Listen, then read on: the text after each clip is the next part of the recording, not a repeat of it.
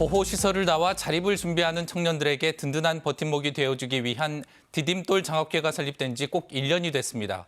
장학회 운영위원으로 활동하고 있는 장현주 전 시의원과 그동안의 성과와 과제 알아보겠습니다. 안녕하십니까? 네, 안녕하세요. 네, 자립 준비 청년들을 위해 장학회가 설립된 곳은 광주가 유일하다는데 네. 어떻게 구성이 됐고 또 어떻게 운영되고 있는지 말씀 부탁드리겠습니다. 네, 제가 시의회에서 의정 활동을 할 때 태소 청년들 자립 지원금이 굉장히 적다는 것을 알게 네. 됐어요. 그래서 자립 정착금으로 강주시에서 500만 원을 지원을 했었는데 네. 18세가 되면 자립을 해야 되는 청년들에게 너무나 적은 액수여서 이걸 좀 증액을 하자라고 제안을 했습니다. 그래서 1,000만 원으로 증액을 하게 됐어요. 2020년에. 그래서 네.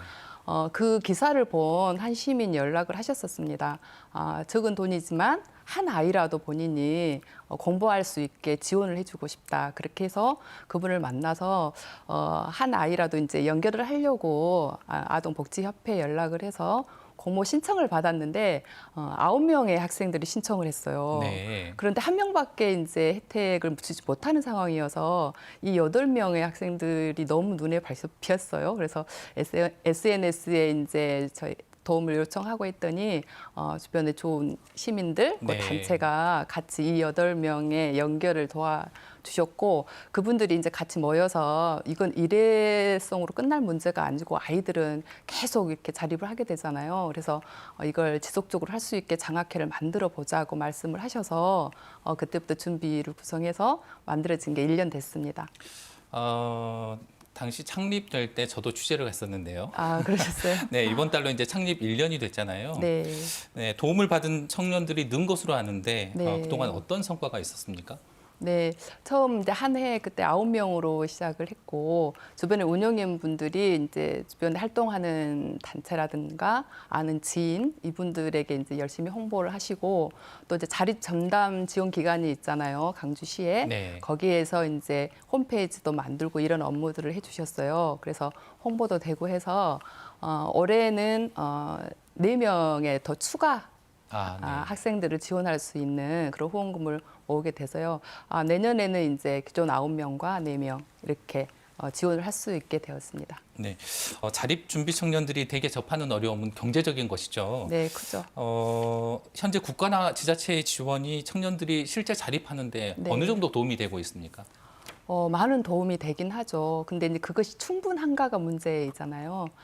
자립 정착 지원금은 국가 지원은 현재 없고 지자체들에서 그동안 500에서 1,000만 원 사이에서 이렇게 한 번 이례적으로 이렇게 주는 돈이었고 자립 수당이 있습니다. 그것은 이제 국가 지원이죠. 그것이 그 이전에는 이제 한 달에 30만 원에서 35만 원이 됐고 네. 이번에 이제 뭐 윤석열 정부에서 내년부터는 40만 원으로 올리겠다라고 이제 발표는 했죠.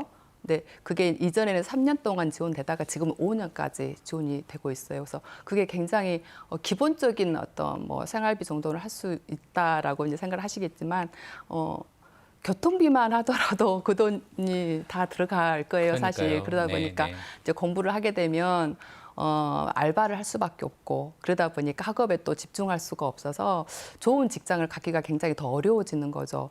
그래서 악순환이 좀 반복되는 그런 상황이기 때문에 충분한 어떤 경제적 지원이 우선은 더 되어야 될 것 같아요. 여기에 이제 주거 지원을 많이 네네. 요구를 하고 계시고 여기에 이제 여러 가지 금융 공부를 좀 해야 되잖아요. 왜냐하면 사회를 너무 모르다 보니까 금융 지원이 어떻게 되어 있는지도 잘 모르고 그리고 부동산 제도도 잘 모르는 게 많기 때문에 그런 지원들도 많이 되어야 되는 상황입니다. 네. 갑자기 생활과 관련된 모든 문제를 본인 네, 스스로 혼자 책임을 감당해야 져야 되죠. 하는 네. 상황인데 네. 방금 말씀하신 것처럼 물질적 지원뿐만이 아니라 네. 정서적인 지원도 필요할 것 같은데 네, 어떤 네. 상황인가요, 지금? 많이 필요하죠. 그러니까 지금 우리 사회 청년들이 다 어렵긴 합니다. 근데 가정이나 뭐 주변에 도움과 지원이 있는 상황하고 아닌 상황은 굉장히 다르겠잖아요. 특히나 이제 심리적, 정서적 지원이 굉장히 없는 상황에서 더 어렵다고 볼 수밖에 없는 거죠. 그러니까 어려움을 처했을 때 누군가에게 도움을 요청하고 뭐 질문을 할 수 있는 주변에 좋은 어른이 있어야 되는 건데 그게 이제 없어서 굉장히 안타까운 거죠. 그래서 가장 좋은 것은 양육시설에 있을 때부터 그런 자립 준비를 충분히 할 수 있도록 준비해 주는 게 굉장히 좋고 나와서라도 그런 어떤 정서적, 심리적 안정을 위해서 심리 전담, 지원 기관에 연계를 해줄 필요가 분명히 있어 보입니다. 네. 사회적 관심과 돌봄이 절실한 상황인데요. 네. 자립준비 청년들에 대한 관심이 안타깝게도 상대적으로 좀 덜한 것 같습니다. 네. 왜 그럴까요?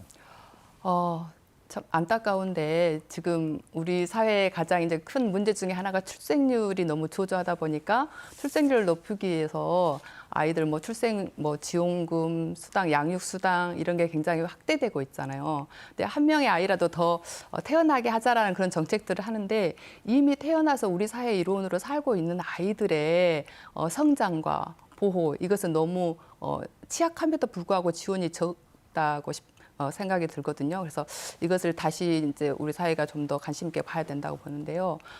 다행히 이제 자립 전담 기관이 각 시도별로 이렇게 생겨났어요. 네, 근데 네. 아까 말씀하신 인원이라든가 재정이 굉장히 예산이 적은 상황에서 아직도 충분한 지원을 못 해주고 있는 게 굉장히 안타깝거든요. 그런데 좀 확대가 돼야 되고 앞서 말한 심리적 지원도 사례 관리라고 해가지고 지원 기관에서 하고는 계시는데 한 사람이 감당해야 될 아이들 학생이 너무 많습니다. 청년이. 네. 그래서 인력 지원이 분명히 좀 많이 필요한 그런 상황에 있습니다. 네.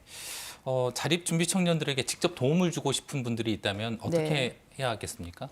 네, 강주시에도 자립 준비 청년들을 위한 자립 전담 기관이 있어요. 거기로 연락하시면 되고 저희 디딤돌 장학회 장학금으로 장학회원으로 같이 하시고 싶다 하시면 디딤돌 장학회가 홈페이지가 있습니다. 네. 인터넷 검색하시면 바로 회원으로 등록하실 수가 있습니다. 네. 네. 자립준비 청년들의 꿈을 응원하고 자립을 돕는 사회적 가족들이 더 많아졌으면 좋겠습니다. 네. 오늘 말씀 고맙습니다. 고맙습니다.